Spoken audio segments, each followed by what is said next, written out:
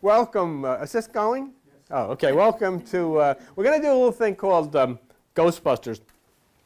And it's really an interesting subject when you think about the word ghost, you know. Very interesting because of the fact that each one of us are so much more than we think we are. You're physical. The difference between you and your body is so dramatic. It's really interesting. It's so dramatic. You can operate your body, but your body will totally function without any assistance from you. Everything grows. Your hair grows, you digest your food, and all of these things happen automatically. An interesting way to see this happen is if you would hold your breath, you know, to show you what power you have over your body. Hold your breath until you pass out. As soon as you pass out, you'll start breathing again. Because it has nothing to do with you. All you can do is screw it up. But actually, as far as its functioning is concerned, you know, you'll go on. Now, the word ghost is very interesting because in speaking to the people the other evening, I was telling them that if they'll be sensitive to the presence of Mike Wasilek, who is the father, the brother, and so forth of the family, I said that you'll sense his presence before he leaves. And I guess that you could say, in a term like this, you'll sense a ghost. You know, the funny thing is, everybody thinks I'm a complete fruitcake, a complete nut talking about this stuff. You know, you're a cult, you're a radical, you're a Satanist and all that. But whenever they have anybody that dies, and I go into a funeral parlor and I say to them, just be sensitive and you'll feel the person who died, they all love it. See? It's really what each person wants. Once you take it out of the realm of religion and out of the realm of what tradition is, then you talk about this. And the word isn't bad at all. Actually, if you take it and you want to go into the ancient reflections of what this is, you'd say it's astral consciousness. Spelled it wrong. A-S-T-R-A-L. It's an astral vibration. Okay. But it becomes very much the person who just left, because the astral body is everything that the physical body is, except it doesn't have a physical manifestation to it. It's very interesting. So see, the point is you've got two things here. You've got two parts of you. You've got the left side, which is the ego mind side, and you got the right side, which is that which we call the God side. There's two parts in you. And you can call it Adam and Eve, you can call it Cain and Abel, you can call it all the various things. But there are two very distinct parts of you. And the interesting thing of all of this is, this side is the enemy. And this side tries to prevent you from breaking through this wall to get over to this side. Okay? And that's very natural, you know. A lot of times you'll find fault with people and you'll say, oh, they did this or that's a sin, and you condemn people. But the point is, remember something. You didn't create this. This was made a part of you for a particular reason. And the reason is so that you can evolve out of your own will. You're not a puppet. You have to become a God-type person, a soul person, by your own evolution, by actually taking part in your construction from eons ago, from how many thousands of times you've lived till you've progressed until you finally progress. It's like going to school. It's like going to college. It's like going into a job. The better you do at this lower aspect, the higher you'll move over to this aspect here. It is actually something that occurs. And we'll be able to prove some of the instances as we go along with this today to show you that this really does work. So you have two parts. You've got this part, and this is the wall that separates you from this part. When you read in the Bible, how does it come out in the allegory? How does it come out in the parable? This is described as the Red Sea. When you look up, what happens? A way is made across the Red Sea and you scoot here. But it has nothing to do with the Red Sea. It has nothing to do with an ocean opening up. It has nothing to do with 40,000 people running out of Egypt. It has to do with you trying to leave this area and move it over to this area. And that's what your assignment is. This is what every one of us has to do. Eventually, every one of us will find the key, cross over to this side, and then you move on into that amazing realm which is over here somewhere. I can't even write it. You say. But so when you come, we'll trace as you come and you incarnate onto this plane for a particular reason. But let me just show you something. Let's just take a look here at this side of this part of you, which is the left side, or that which is the carnal part of you. Go to page 924 in the Bible and look what it says about it. It's called, you know, that which is the carnal mind. Remember we talked about it when we were talking about sexuality a few weeks ago, and we were saying, well, all sexuality emanates out of the carnal mind. And then it says in Romans chapter 8 and verse 7, the carnal mind is enmity against God. It is not subject to the law of God, neither can it be. So there's a whole part of your nature which is on the left side, which is an antagonist to you moving to the right side. So you see what a challenge this is. And so then, here's the point that some of you have children that you have problems with. Some of you have parents that you have problems with. Some of you have parents that have problems with you. Everybody has problems with somebody else. It all emanates out of a part of the mind which is an antagonistic part of the mind. And here's the amazing thing. It was placed in there for a purpose.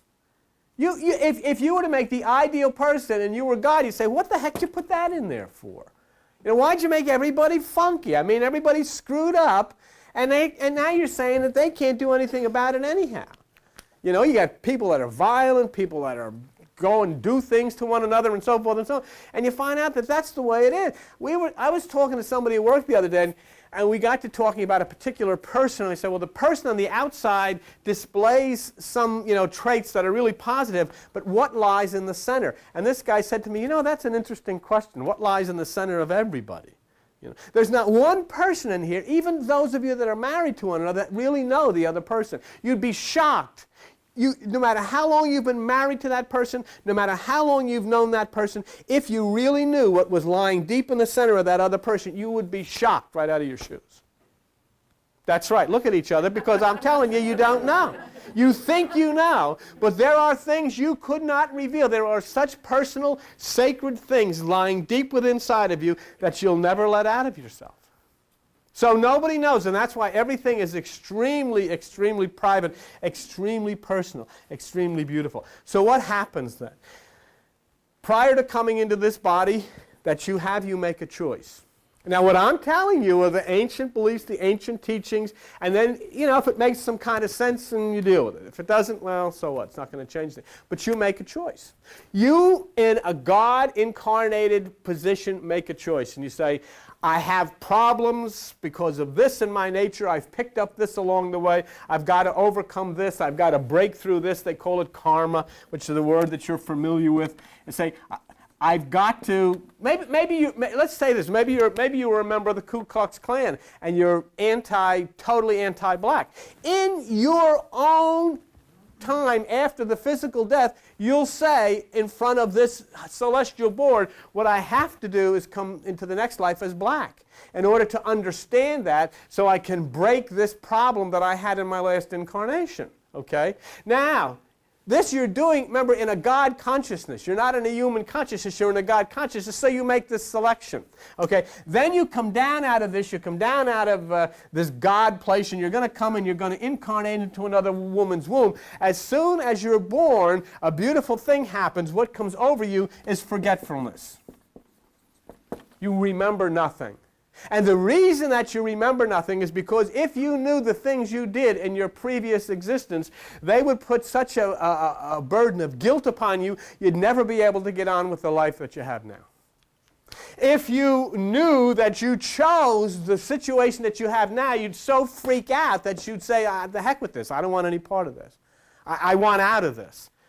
And so what happens is then this veil of forgetfulness comes on you so that you can move along, because you've got something to do. There are problems that you brought into this life with you from a previous life. There are new problems that you've picked up in this life, and you've got to wash them all out so eventually you can cross all of this junk out and you can move over across this particular Red Sea to the place that we call God. Then you are part of this kingdom. Then you are part of this universe. And then you can find out about all the life that exists in this universe, not just on this little seed in the middle of the universe called the planet Earth. You can be part of it.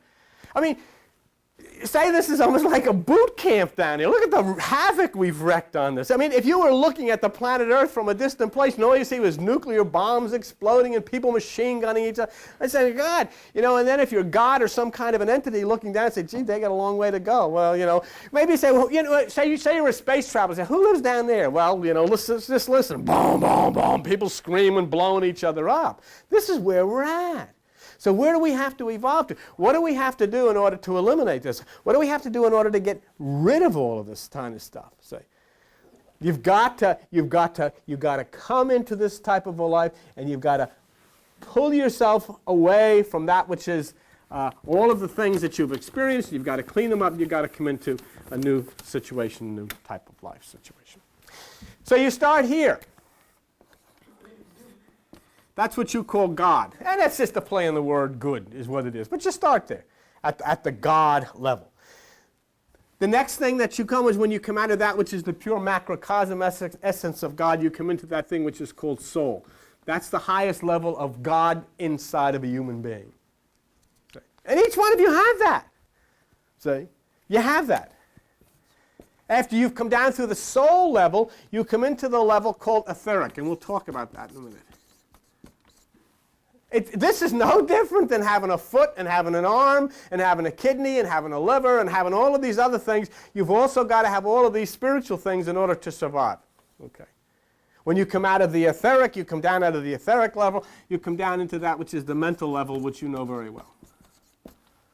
Okay. You come out of the mental level, you move down to what is called the causal level. Okay. And you pick up that part of your life. You come out of the causal level. Let's just, well, for the sake of it, we'll come over here. You come down from here over to what is called the astral level. Okay? After you have taken all of these thin sheaths of astral etheric type of aspect onto your life, you then move into the womb and you take on the physical level. And you become a human being. Okay? And that's the way it goes. Each of these things, too, they have colors attached to them. It's interesting. And you know what's interesting? I'll tell you something very interesting of how we, putting this building together, never really understood this, but the astral level, I just want you to think of this, and this is the closest thing to that part of a spiritual level. The color of it is rose or pink. Look around here. And the physical level, and just that which peaks at the physical and astral level, is green. And do you know that when this is a fact, isn't it, that when this rug for this platform was purchased, and when it was delivered here, it wasn't this color, it was blue, it became green when it was put on here. No, it matched the chair. Yeah, well, whatever color that is. But it wasn't this color. No. And you saw it when it was delivered. We saw it when it was delivered here, it was that color. When it was put down, it became this color. That is bizarre, but that's the way it is. It's true. Okay. When you get into the causal level, the color is orange. When you get into the mental level, the color is blue. Now that was interesting because if you remember what Mike was talking about, this blue light come out of his fingers when he saw his... when you get up here to the etheric level, this is the highest human level, and the color is purple. And then up here, the color is gold. Okay. Now, interestingly, here you'll find that the physical level is actually controlled by the astral level. The astral and physical levels are controlled by the causal level. The causal, astral, and physical are controlled by the mental, and so on. And this is, and all of these things, see, it's very, sometimes, and this is the important part of this, sometimes you turn around and you pray, oh God, but there's something that they forgot to tell you. You're not going from here to here. You got to go through here, here, here, here, here, and here in order to get there. In other words, everything's got to be placed in harmony. That's why you'll have the Buddhists that'll chant Om or Nam Myoho Renge Kyo, and you go into a harmony. You've got to start to flow in a harmony with yourself. You've got to start to understand what all of this is. See? You know what the God part is. You know what the soul part is. You know what the etheric part is. Let me tell you what the etheric part is. It's a high spiritual realm. Much electrical power is in there. This is the part where probably you're at the highest level of spiritual manifestation. Just before you touch that which is the God soul part. This is a part where you'll hear stories about people that see things, things that go bump in the night or whatever. These things all come out of that which is called the etheric level. Something really happens. There is something. There's an electrical vibration within part of humankind that when it transcends over into a point where you can see it, it comes out of that which is the etheric level. The mental level is this place of knowledge. This is the place where you make decisions. This is the place where you get understanding. This is why you're sitting here now. Whoops, excuse me. Here I go again. This is the part where you're sitting here and you're starting to try to figure out, you're trying to understand just what life is all about, what you are all about, what's your purpose here, what's the purpose of the world, what has happened, why all of the violence, why all of the terror, why all of the horror, why are the children subjected to the things? So you try to work this out in the mental. The causal is exactly what it says. In that place is where it's sorted out, karma and cause and effect. You're sitting here, you are what you are because of what entered into you previously. If you want to look at what your life is like now, take a look at what it was like before, because you're the result of the things that was put into your life in the past. And if you want to look at what your life is going to be like in the future, take a look at what's being put into you right now, because that's what's going to happen. So that's the place of cause and effect. And the astral level is where imagination and dreams and feelings, as soon as you close your eyes, the instant you close your eyes, you flow into the astral level. And this is the beautiful part, like when we talk about, do you remember what I told you? I don't know if I told you when we lost our dog Flower, one day I heard these dog footprints outside the door, of course, and the other dogs were in the back. So that was Flower's appearance. The astral level still stays. It gravitates to the place of its love until finally it dissipates and leaves. So that everybody, every person, when you lose somebody, when somebody has died, for that period of time, for a few weeks or a few hours or a few months, whatever it may be, you'll feel the presence of that person. And that's what happened to this fellow who died. He said that as he was sitting in his parlor, he saw his wife walking down the stairs, coming towards him. And what's that is simply an indication of that spirit which was coming down from a higher level to show itself to him. He says they couldn't see her face because she had taken on a new identity, and then she walked through the wall, and of course now she waits on the other side where he joins her. So all of these things are going on. All of these things are going on. And how do I know they're going on? I know they're going on. You know they're going on simply by the things you dream. You know, it's an amazing thing. You can actually go into a dream state and you can taste things in a dream state. You can go into a dream state and you can feel things. You can experience things just like you do now. And you know, to tell you that there are people who are alive right where you're sitting and dwelling in a vibratory plane just a little bit to the right or to the left of you, a whole human that can see, that can think, that can talk, that can feel, that can touch, and all of these things can happen. And here we sit thinking, oh, this is life, that's all there is to this life, not knowing that there's so much more. And so then we talk about the word ghost and say, oh, geez, you know, that's but let's look in the Bible. We learned about, now we talked about these things. We talked about this part of you. Now look what it says in the Bible. If you would go to page 20 in the Bible, Genesis chapter 25. In Genesis chapter 25, verse 8, look what it says. Okay, Genesis chapter 25, verse 8, look what it says. Then Abraham gave up the ghost and died. What does it mean? He physically gave up his life energy, the life force, released it. You know what happens when you're suffering, when the body can no longer handle that which is your spirit? You know what happens? The mental part right here says, let's get out of here. Let's get out of here. And you move out. You leave. There's a lot of speculation about, you know, the death of Jacqueline Kennedy Onassis that happened so quickly. How was it self-induced or what happened? But obviously, something deep within her did not want to any longer exist in the body. It left it. However it occurred, nobody knows. But it left. There's a great thing, you know, you do so much inside of yourself. So many things speak to you inside of yourself. You make decisions within inside of yourself, all that are not made. But so here it says Abraham gave up the ghost. Look at Genesis 25:8. Go to 17. Genesis 25:17. And these are the years of the life of Ishmael, 137 years, and he gave up the ghost. Okay, he gave up the ghost. He yielded up that part of that which is his etheric, the mental, the causal. It all left. Do you know it's an amazing thing? If you look at that, and it's part of the things we'll be studying, the whole creation of the Muslim nation, the whole creation of that part of the world that if we're going to, you know, take the Bible and we're going to follow it closely and say, hey, this is true. It says in the Bible that all the firstborn are mine. But do you know that the Jewish part of the Bible changed that covenant because Ishmael was the firstborn of Abraham? But that wasn't what they wanted. So they sent Ishmael off, and he became the father of the tribe of the Muslims, which Muhammad and all that kind of business. So what, this whole thing, if the Bible is true, and it says that the firstborn is mine, then we've changed the whole thing. We broke the covenant.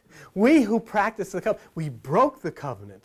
Ishmael, I said, oh, Ishmael, I am sorry we broke the covenant and we sent you away. Because what we did is we didn't understand that which is the firstborn. That which is the firstborn within us is that part of us which is life, and we just absolutely took life, the physical part of our life, and we sent it away. We broke the covenant. We created a new covenant. We said, no, we're going to take Isaac. And so then we carry this book around us, and the very book convicts us of the things that we've done. So, oh, this is wonderful, but this is what we've done. Look at page 31 in the Bible. And it's Genesis chapter 35. Okay? In Genesis chapter 35 and verse 29, what does it say? And Isaac gave up the ghost. Okay? He gave up the ghost.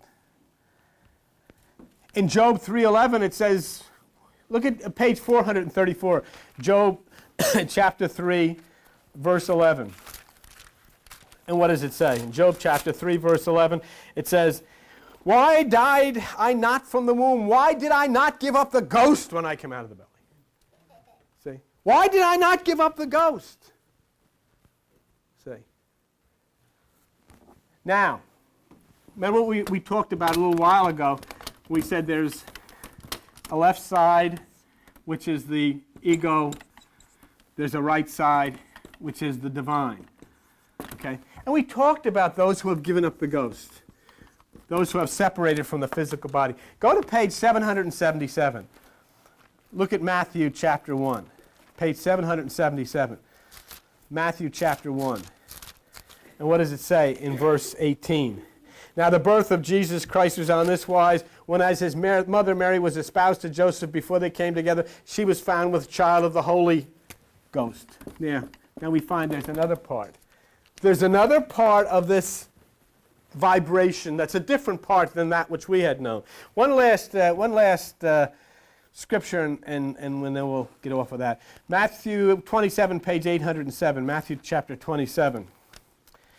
And verse 50. Matthew chapter 27 and verse 50, it talks about the crucifixion of Jesus Christ, and it says that when Jesus had cried again with a loud voice, he yielded up the ghost. So what are ghosts?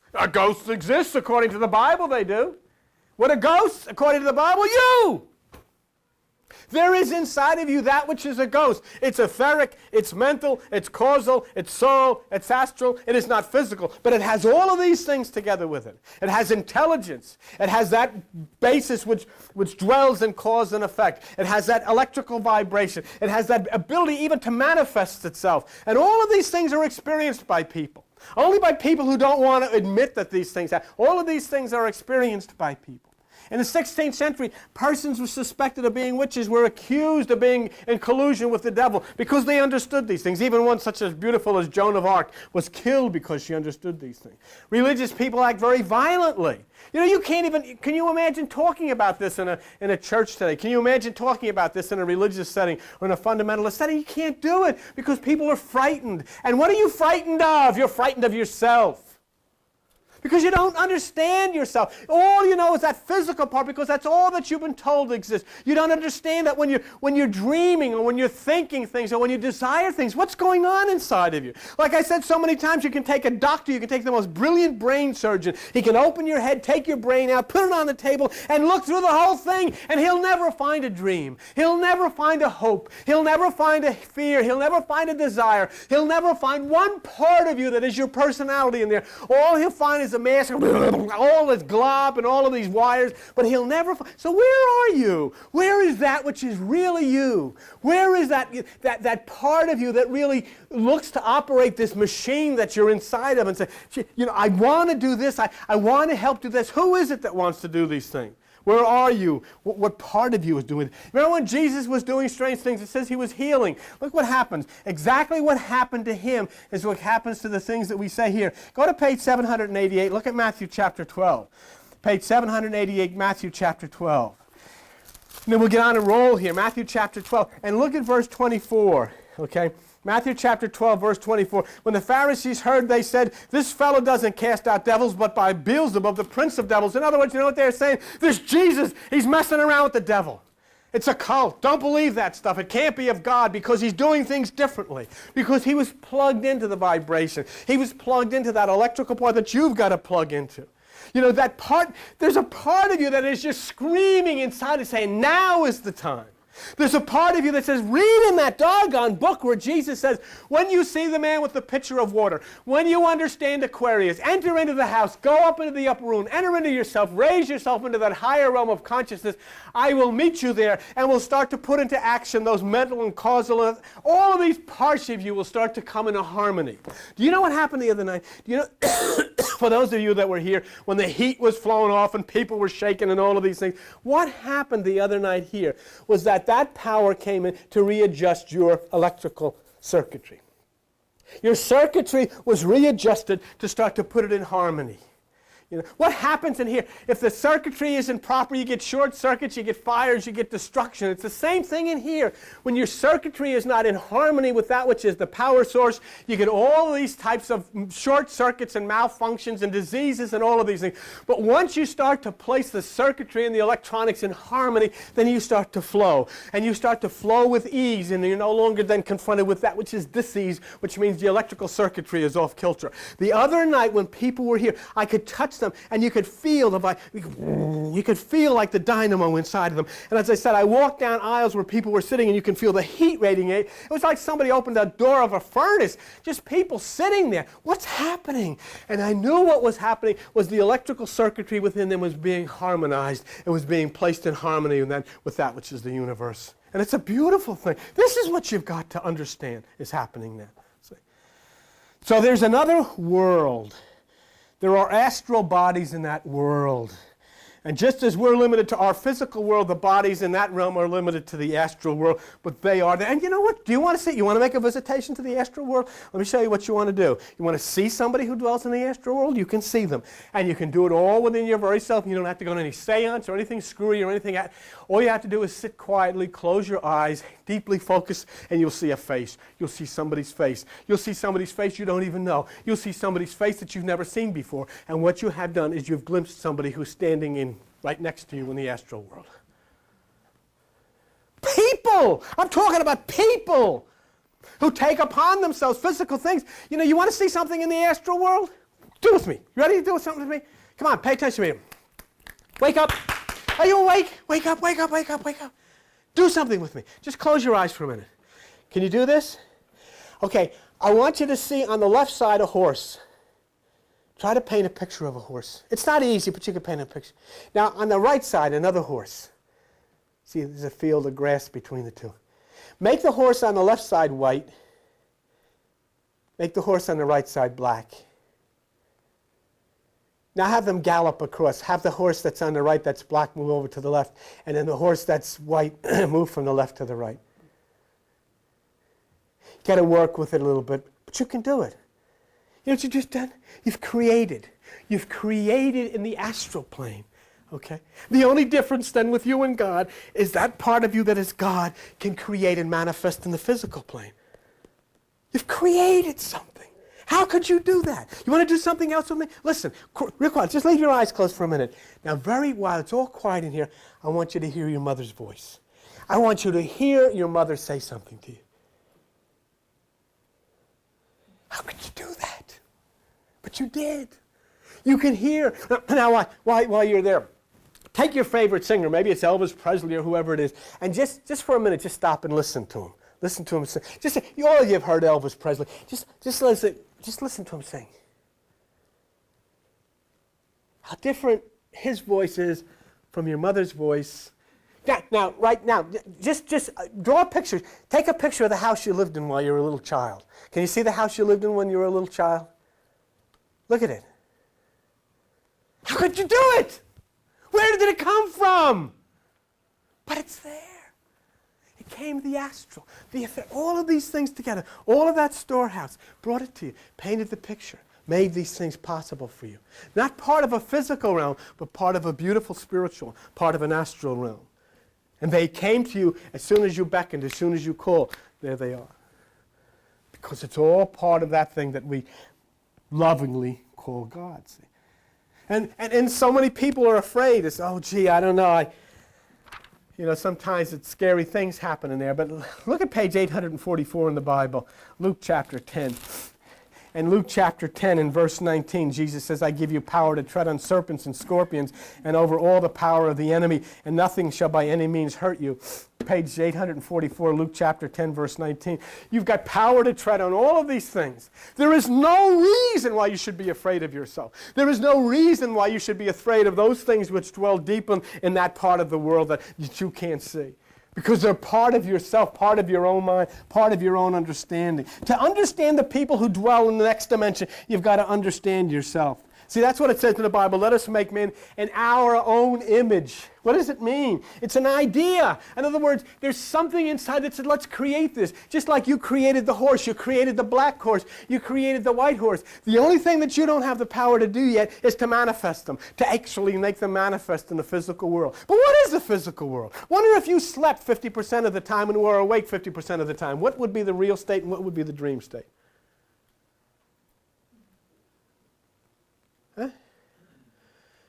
I mean, you enter into dream states. You don't even remember half the stuff and all of the adventures that you have, but you live in it constantly. You have appointments. Tonight when you go to sleep, you're going to go into an experience. You're going to meet somebody. You're going to go someplace. You're going to take part in some type of an adventure. And all of these things are going to happen to you. And you don't understand the reality of this because you dwell totally in the physical state. So now when you start to think of it in this way, you understand you're a triune type of person. Okay, and what you are is a triune type of person. Three parts to this person. You are mental, which is the idea. Then you're astral, which is the building material, which we looked at before. And then you're physical, which is the body. Okay. What do you see? Do you see anything here? You're the mental, you're the astral, you are the physical, okay? And basically all of this is here you have that which is the idea part, which is the serpent, which is the spine.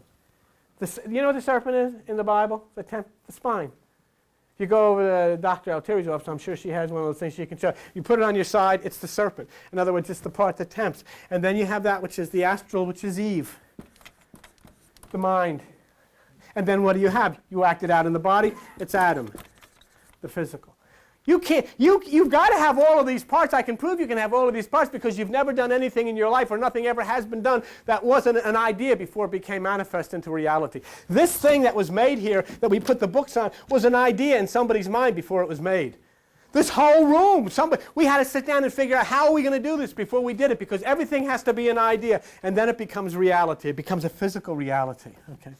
So you stay in a mental and an astral way, but the physical deteriorates upon that which is death because finally the mental says, let's get out of here. We can't dwell in this body anymore. And we've got to seek another womb. We've got to seek a new body. We've got to go on. So you move out of that physical and you move into another one.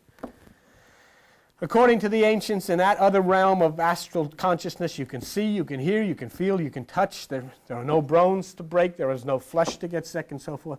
You carry on thoughts. And you stay for a karmically predetermined amount of time, then you take rebirth, or you come to learn about the dark past. Let me show you something about why this is so important to understand this, and why people that die go into this realm where they exist and they actually do things and actually have. See, geez. Look, if I'm sitting here with a do you know that sitting right here, bang, there are horses running over your head, there are people wrestling on top of you, there are people shooting on top of you, all of these wild things are going on. You know what I'm talking about? There are television signals going through this room.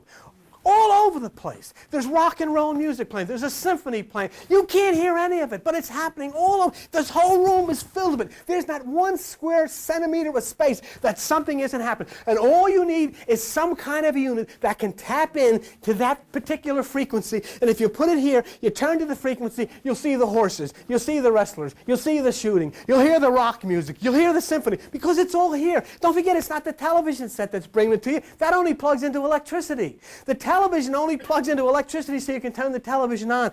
But then it picks up the signals because they're all over the place.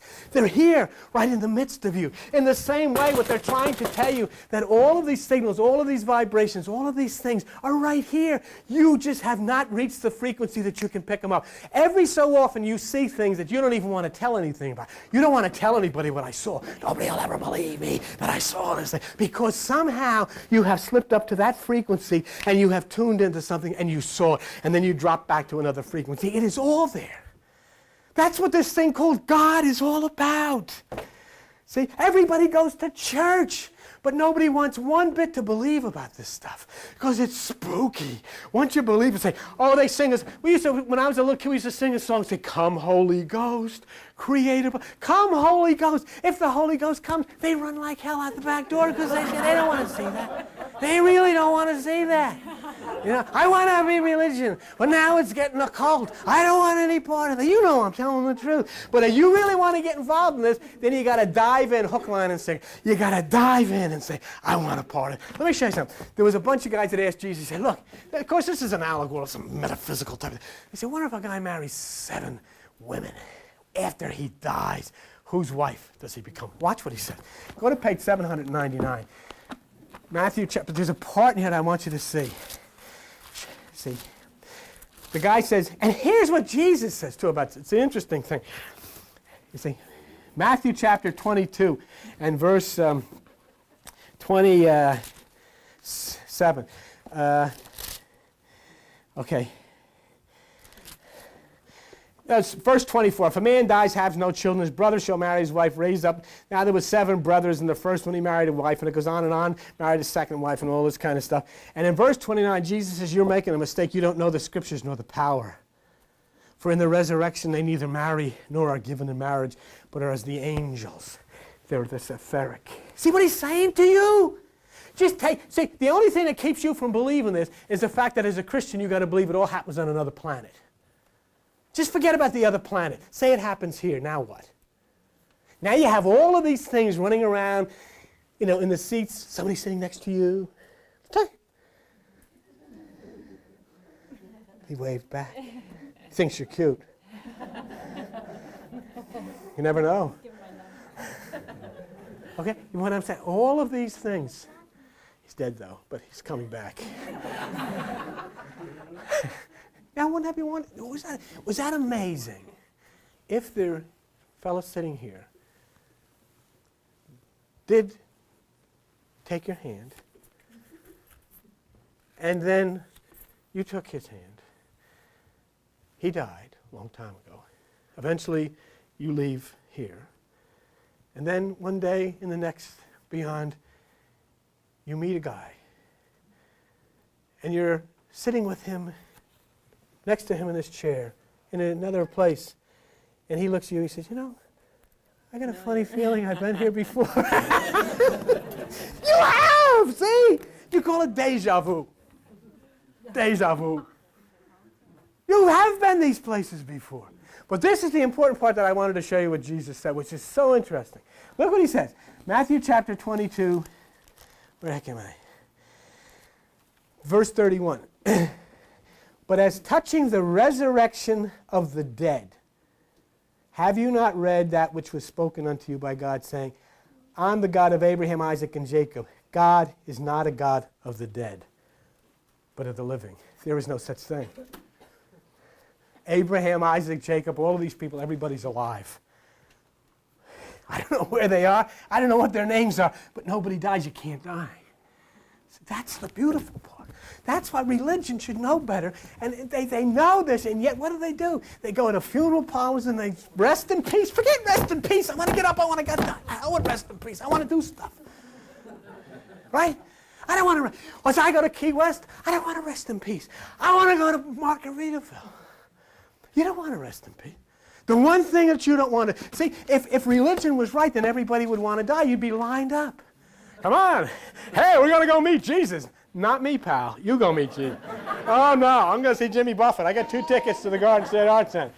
What would you rather do, really? Come on, be truthful. Would you rather die tomorrow and meet Jesus or go see Jimmy Buffett? You'd rather go see Jimmy Buffett. So the whole thing is ridiculous. See? But if it was true, so what does it mean? The thing is you want to preserve life. That's why Jesus says, sure, because God is a God of the living. See? So when you dream, you smell, you taste, you touch, and in the astral world, without having a nose or eye or tongue, you do the exact same thing. See? So God makes the astral images of the black and the white horse that we talked about before. They manifest into a physical thing. You know, let me show you how it works. Okay, let me show you what God is. What? Did you ever look inside of an oven? You remember the old ovens, gas ovens? Did you ever look inside one? You see a little pilot light in there? Huh? Turn it on, what happens? All the little holes fill up with the same light. The same fire comes out of every hole. There you are. We're just one little oven. Pilot light, flits, we all become the same thing.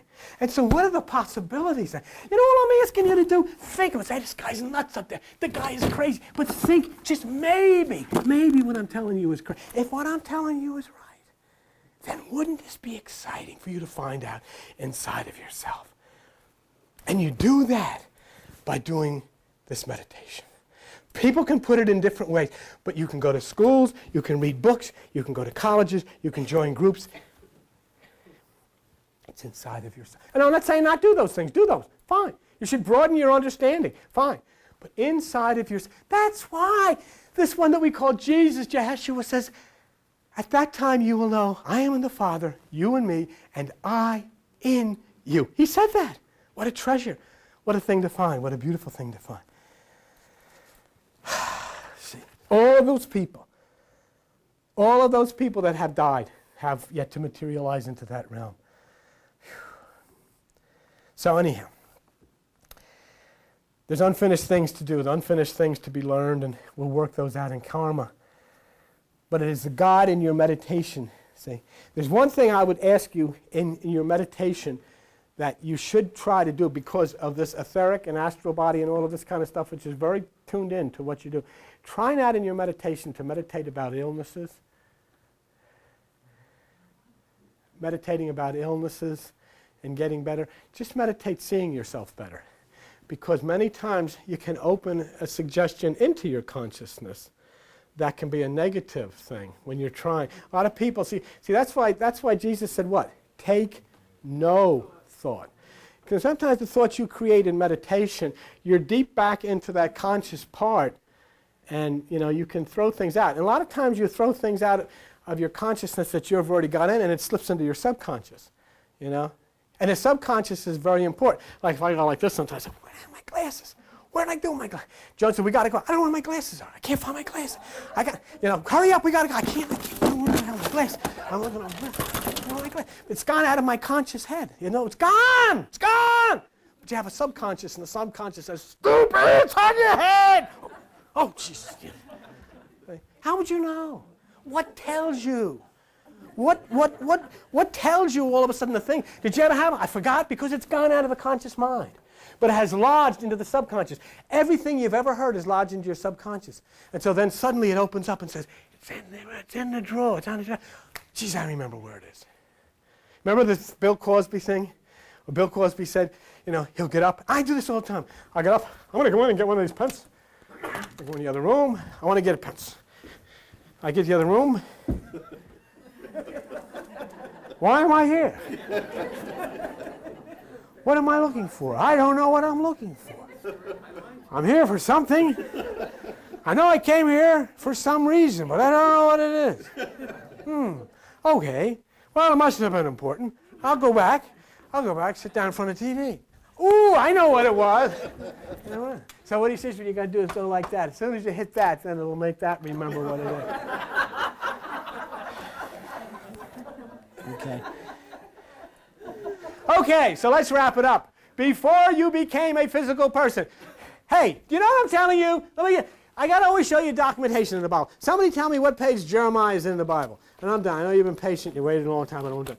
What page is Jeremiah in the Bible? First. Page 623 is Jeremiah 1. Okay. Listen to me. Did you hear what I said the last 45 minutes? Before you were a person, you're a ghost.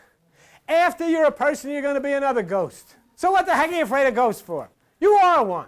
All right? Now, how can I prove? Can I prove this in the Bible? Yes, I can prove it in the Bible. Are you ready? You're on Jeremiah. What page?